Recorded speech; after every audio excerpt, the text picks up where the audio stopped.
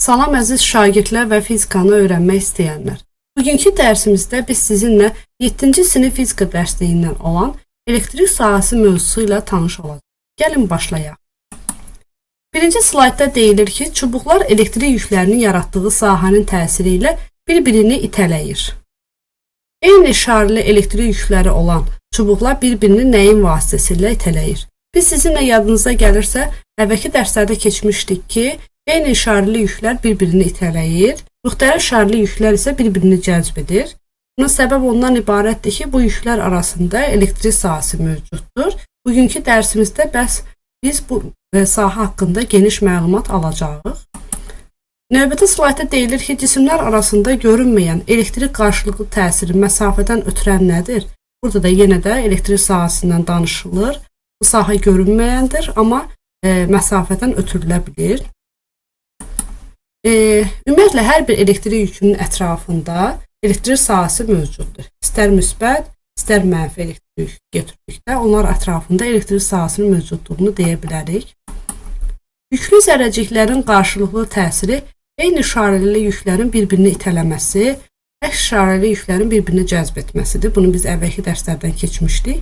Və elektrik yükləri arasındakı təsir də elektrik sahəsi adlanır.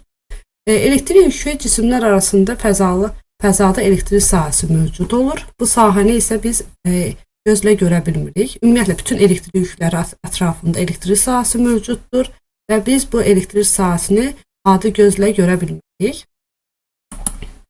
Sahənin mövcud olduğunu yüklü cisimlərə bir-birləri tərəfindən itələnmə və cəzb etmə qüvvələri əsasında deyə bilirik. Bugünkü dərsimizdə biz həmçinin elektrik sahəsinin intensivliyi və qüvvə xətləri anlayışından da istifadə edəcəyik. Ümumiyyətlə, belə qeyd kimi götürsək, sükunətdəki elektrik yükünün yaratdığı sahə elektrostatik sahə adlanır. Elektrik sahəsinə gətirilən yük sınaq yükü adlanır. Sonra fəzanın müəyyən bir nöqtəsində elektrik sahəsinin mövcud olub-olmadığını müəyyən etmək üçün elektrik yükü gətirmək lazımdır. Yəni, biz sahədə deyil, kənardan bir elektrik yükü gətirsək, bu yük bizim üçün sınaq yükü adlanır. Sınaq yükünə elektrik sahəsi tərəfindən elektrik qüvvəsi təsir edir. Elektrik qüvvəsi bütün qüvvələr kimi olduğu kimi F hərfi ilə işarə olunur.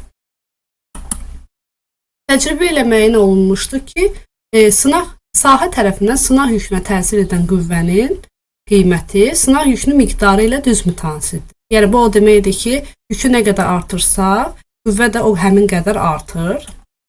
Yəqin ki, görürsünüz şəkildə də eyni şarlı yüklər bir-birini itələyir, müxtəlif şarlı yüklər bir-birini cəzb edir və ona görə də itələnən zaman qüvvələr əks istiqamətə doğru yönəlir, cəzb olunan zaman isə qüvvələr qarşı-qarşıya, yenə də əks istiqamətə, sadəcə qarşı-qarşıya doğru yönəlir. Məsələn, sınaq yükünün miqdarını biz 2 dəfə artırsa, ona təsir edən qüvvə də artır. Baxın, Q-yə uyğun olaraq F-dir, 2Q-yə uyğun olarsa 2F-i göstərə bilirik.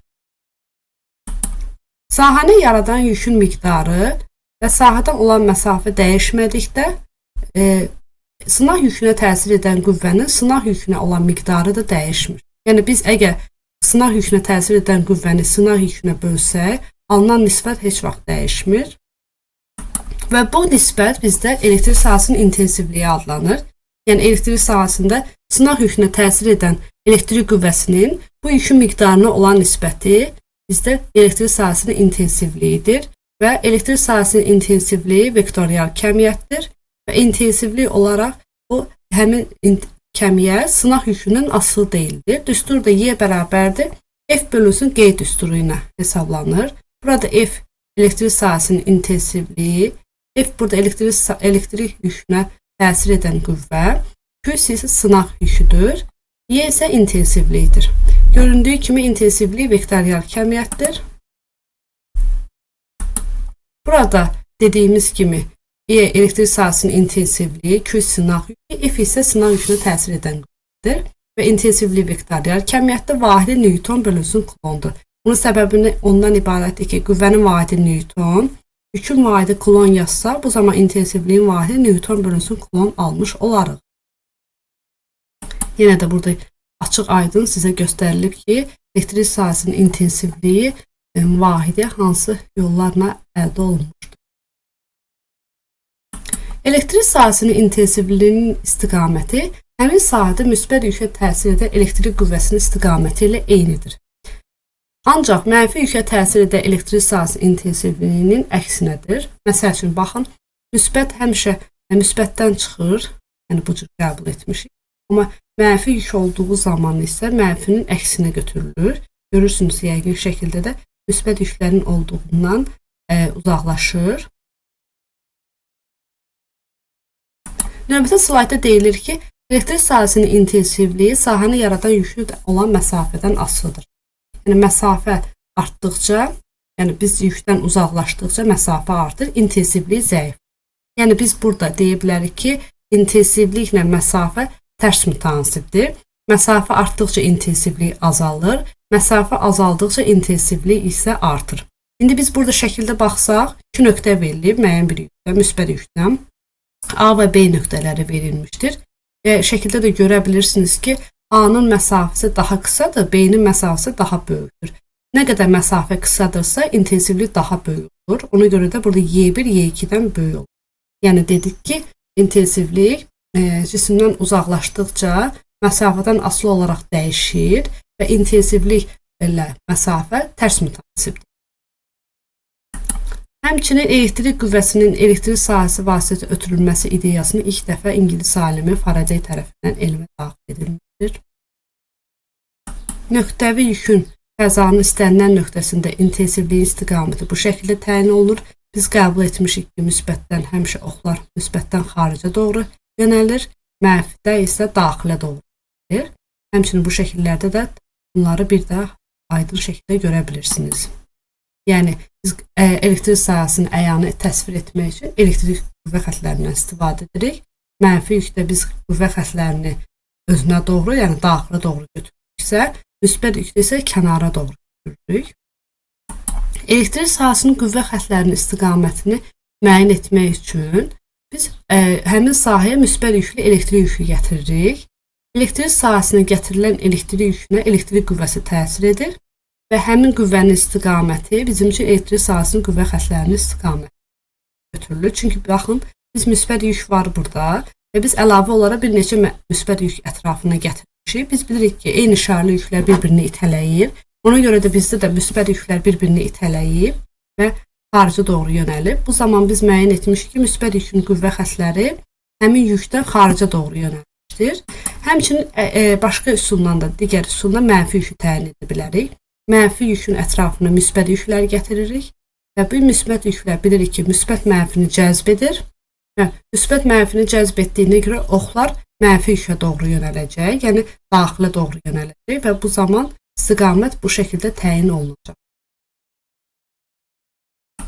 Yenə də dediklərimizi ümumiləşdirsə, əgər yük müsbətdirsə, elektrik sahəsinin intensivliyi xaricə doğru istiqamət baxımından, əgər yük mənfidirsə, intensivlik vektorunun istiqaməti daxilə doğru yönəlir. Belə bir tapşırığa baxaq sizinlə. Şəkildə Q0 yükü və bu yükün yaratdığı elektrik sahəsində Q sınaq yükü təsvir edilmişdir. Yüklər arasındakı məsafə sabit qalmaqla sınaq yükünün miqdarını artırsa, ona təsir edən elektrik qüvvəsi neçə dəfə artar? Biz əvvəlki slaytlarda dedik ki, ümumiyyətlə sınaq yükü ona təsir edən elektrik qüvvəsi ilə düz mütənasibdir və bu zaman onların, yəni elektrik qüvvəsinin sınaq yükünə olan nisbəti dəyişmir, yəni intensivlik dəyişmir. Lakin yük ona təsir edən elektrik qüvvəsi ilə düz mütənasib olduğundan biz dediyimiz kimi, yəni yük nə qədər artırsa, elektrik qüvvəsi də o qədər dəfə artmalıdır. Bizim məsələdə də sınaq yükünün miqdarı 3 dəfə artdığından deyə bilərik ki, elektrik qüvvəsi də 3 dəfə artacaq. Həmçinin bizdən soruşulur ki, yüklü cismin elektrik sahəsinin intensivliyi həmin sahəyə gətirilən sınaq yükündən asılıdırmı? Burada deyə bilərik ki, yüklü cismin intensivliyi gətirilən sınaq yükündən asılı deyil. Çünki biz dedik ki, sınaq yükünə təsir edən qüvvənin sınaq yükünə olan nisbəti dəyişmir, yəni intensivlik heç vaxt dəyişmir, sabit qalır. Ona görə də buradakı cavab asıllıq yoxdur. Yəni intensivliklə sınaq yükü arasında heç bir asıllıq yoxdur. Keçək digər tapşırığa. Şəkildə təsvir olunduğu kimi Q2 və Q0 yükünün elektrik sahəsində yerləşdirilib. Q0 yükü tərəfindən Q yükünə təsir edən elektrik qüvvəsinin istiqamətini tapın. Q yükünün yerləşdiyi nöqtədə Q0 yükünün elektrik sahəsinin intensivliyi hansı istiqamətə yönəlib? İlk öncə bizə Q0 yükü tərəfindən Q yükünə təsir edən elektrik qüvvəsinin istiqamətini təyin etməliyik. Biz baxırıq ki, bizdə yüklər əks işarəli yüklərdir. Əks işarəli yüklər olduğuna görə biz burada istiqaməti əks tərəfə, eyni işarəli olduğuna görə biz deyə bilərik ki, bizdə yüklər bir-birini itələyəcək. Ona görə də hər iki yük üçün biz elektrik qüvvəsinin istiqamətini çəksə, bu şəkildə çəkərik. Yəni F-ləri bu şəkildə çəkirik. Çünki bir-birindən itələnir. Amma intensivlik xətlərinin istiqamətini çəksəydi, biz bilirik ki, intensivlik baxımından həmişə mənfiyə doğru yönəlir. Ona görə də biz burada intensivliyi mənfiyə doğru yönəltməliyik. Fərqli rənglə çəkək ki, qarışmasın. Yəni bu şəkildə çəkməliydik. Yenə də mənfidə istiqamətdə çəkməliydik. Yəni biz gördük ki, Q0 yükünə təsir edən intensivliklə qüvvənin istiqaməti bu şəkildə yönəlmişdir. Həmçinin Q yükünə də təsir edən qüvvənin istiqaməti ilə intensivlik bu şəkildə yönəlmişdir. Yəni bizdən də bunun istiqamətini təyin etmək soruşulmuşdur. Keçək digər tapşırığa. Digər tapşırıqda bizə deyilir ki, şəkildə yüklü cismin elektrik sahəsinin xətləri təsvir olunur. Onların yükünün işarəsini təyin edin. Biz bilirik ki, əgər yükdən xaricə doğru yönəlirsə, bizdə işarə müsbət yükdür. Bunu belə qəbul etmişdik. Və ona görə də bizim götürdüyümüz müsbət nöqtəvi yükdür. Və ona görə də xətlər yükdən xaricə doğru yönəlmişdir. Bu da müəyyənləşdirilmişdir ki, intensivliyin istiqaməti müsbət yük üçün həmin yükdən xaricə doğru yönəlməlidir. Keçək digər tapşırığa. Bizdən soruşulur ki, şəkildə yükü Q0 olan cisim və Q sınaq yükü təsvir olunub. Sınaq yükünün miqdarını 5 dəfə artırsaq, onun olduğu nöqtədə Q0 yükünün elektrik sahəsinin intensivliyi dəyişərmi? Cavabınızı əsaslandırın. Biz bilirik ki, sınaq yükünün miqdarı intensivlikdən asılı deyil. Yəni biz qəbul etmişdik ki, əvvəlki slaydlarda da gördünüz ki, intensivlik sabit kəmiyyətdir. Yəni elektrik sınaq yükünə təsir edən qüvvənin sınaq yükünə olan nisbəti dəyişmədiyindən intensivlik də dəyişmir. Yəni bir sözlə intensivlik sınaq yükündən asılı deyil. Ona görə də burada cavabımız dəyişməz olar. Keçək digər tapşırığa. Yüklü A cisim tərəfindən B cisminə elektrik qüvvəsi təsir edir. Və bu təsiri ötürən vasitə nədir? Bu təsiri ötürən vasitə əgər elektrik yük qüvvəsindən, elektrik yüklərindən biz danışırıqsa, burada təbii ki, elektrik sahəsidir.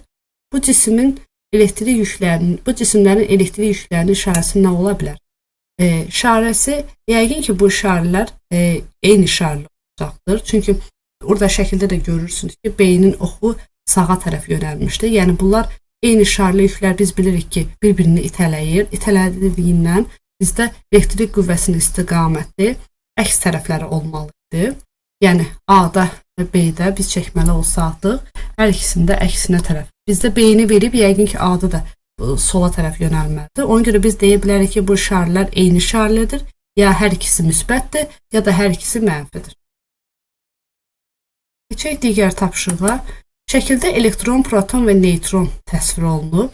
Hansı zərrəciyə elektrik sahəsi təsir etməz? Biz bilirik ki, yüklü zərrəciklər ətrafında elektrik sahəsi mövcuddur. Bizdə də elektron, proton yüklü zərrəcik hesab olunur.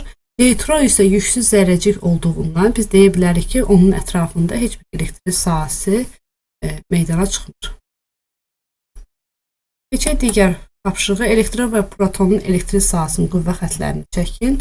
Elektron bilirik mənfi işarəli yükdür. Mənfi işarəli yük olduğundan qüvvə xətləri yükə doğru yönələcək, yəni daxilə doğru yönələcək.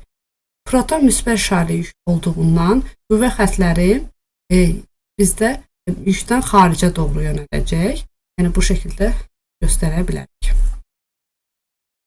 Keçək digər tapşırığa. Şəkildə Q0 yükünün yaratdığı elektrik sahəsində Q1 və Q2 sınaq yüklərinə təsir edən qüvvələr göstərilmişdir. Yəqin görürsünüz, F və 6F. Q2 yükü Q1 yükündən neçə dəfə çoxdur? Biz dedik ki, ümumiyyətlə sınaq yükü ona təsir edən qüvvə ilə düz mütənasibdir. Və ona görə düz mütənasib olduğuna biz bu şəkildə də yaza bilərik. Yəni nisbətlərini yazsaq, əgər bizdən deyilir ki, Q2 yükü Q1 yükündən neçə dəfə çoxdur, bu onu deməkdir ki, biz Q2 yükünü Q1-ə bölməliyik. Və nəticədə Q2 yükünə təsir edən qüvvə 6F-dir. Düz mütənasib olduğuna görə düz mütənasib şəkildə yazmalıyıq. Q1 yükünə təsir edən qüvvə də F-dir. Burada nisbəti tapsaq, cavab bizdə 6 alınır. Bu da onu göstərir ki, Q2 yükünün Q1 yükündən 6 dəfə çoxdur. Cavab 6 aldığımız bunun 6 dəfə çox olduğunu göstərir. Əgər biz cavabı 6'da 1 alsaqdıq, bu onu göstərərdik ki, Q2 yükü Q1 yükündən 6 dəfə azdır. Keçək digər tapşırığa. Digər tapşırıqda bizə məsələ həlli verilmişdi. Deyilir ki, 0,2 kulon sınaq yükünə 10 Newton qüvvə təsiridir. Həmin sınaq yükünün olduğu nöqtədə elektrik sahəsinin intensivliyinin ədədi qiymətini hesablayın. Yazaq. Sınaq yükü deyirsə biz G hərfinə yazmalıyıq. G hərfinə yazsaq. Yazaq G bərabərdir 0,2 kulon. Burada heç bir çevirmə aparmırıq. Çünki öz vahidləri ilə verilmişdir. Qüvvə verilir bizə. Qüvvə F hərfinə işarə olunur. Ona görə yazırıq F bərabərdir 10 Newton. Tapmalı bizdən intensivliyi soruşur. İntensivliyi də bilirik Y hərfinə işarə olunur. Yazırıq Y bərabərdir sual. Həlli hissəsində biz intensivliyin üstünlüyünü yazacağıq. Yəni Y bərabərdir bilirik. F bölünsün G'dir. Gətirib rəqəmlərini yerinə qoysaq. F-i yerinə 10. G-ni yerinə 0,2 qoyaq. Hesablasaq. O zaman cavab 500 Newton bölünsün kulon alınacaq. Keçək digər tapşırığa. Digər tapşırıqda bizə deyilir ki, şəkildə müsbət və mənfi elektrik yüklərinə təsir edən elektrik qüvvələrinin istiqaməti verilmişdir.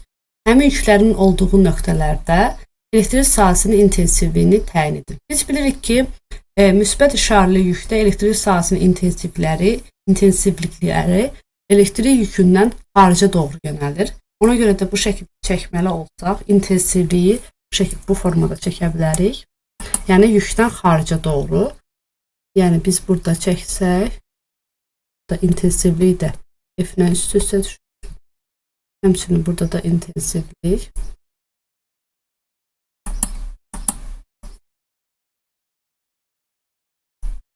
Bu şəkildə təyin etmiş oluruq. Yəni hər bir nöqtədə intensivliyin istiqaməti yükdən xaricə doğru yönələcək. Keçək digər tapşırığa. Bizdən soruşulur ki, Q2 yükü Q1 yükündən neçə dəfə çoxdur? Yenə dediyimiz kimi yüklərin miqdarı, yəni sınaq yükünün miqdarı ona təsir edən qüvvələrlə düz mütənasibdir. Ona görə də biz yenə də bunu hesablamış olsa, Q2 yükünü Q1 yükünə bölürük. Düz mütənasiblik ödədiyindən Q2 yükünə uyğun olan qüvvə 3F yazırıq. Q1 yükünə təsir edən qüvvənin F olduğunu bilərək bu şəkildə yazsaq cavabı 3 alarıq. Bu onu göstərir ki, Q2 yükü Q1 yükündən 3 dəfə çoxdur. Sonuncu tapşırığa baxaq. Müsbət və mənfi Q0 yükünə elektrik sahəsini araşdırın. Şəkildə yüklərin fəzada yaratdığı elektrik sahəsinin A və B nöqtələrində intensivlik vektorları təsvir edilmişdir. Elektrik sahəsinin uyğun nöqtələrində intensivliklərin modulları arasında münasibətə təyin edin. Elektrik sahəsinin hansı nöqtəsində intensivliyin modulu daha böyükdür? Biz bilirik ki, ümumiyyətlə elektrik sahəsinin intensivliyi əvvəlki slaydlarda da dedik ki, məsafə ilə tərs mütənasibdir. Yəni məsafə artdıqca biz deyə bilərik ki, intensivlik azalır. Məsafə azaldıqca intensivlik artır. Gəlin əvvəlcə C variantına baxaq, müsbət yükə. Yəni biz burada intensivlikdə müqayisə edərkən yüklərin işarələrinə baxmırıq, modulca götürürük. Ona görə yüklərin işarə heç bir əhəmiyyət daşımır. Yalnızca onlardan olan məsafələrə baxılır. Məsəl üçün C variantında A nöqtəsindəki məsafə B nöqtəsindəki məsafədən böyükdür. Onu göstərir ki, A nöqtəsindəki intensivlik az olacaq. Amma B nöqtəsində intensivlik böyük olacaq. Ona görə də müqayisə isə bu şəkildə yazarıq. Yaza bilərik ki, YB böyükdür YA-dan. Çünki biz dedik ki, məsafə baxımından götürsək, RA böyükdür RB-dən. Yəni biz intensivlikləri məsafə ilə tərs mütənsib götürməliyik. Həmçinin D variantında gəlin əvvəlcə məsafələri yazaq. A nöqtəsi və B nöqtəsində.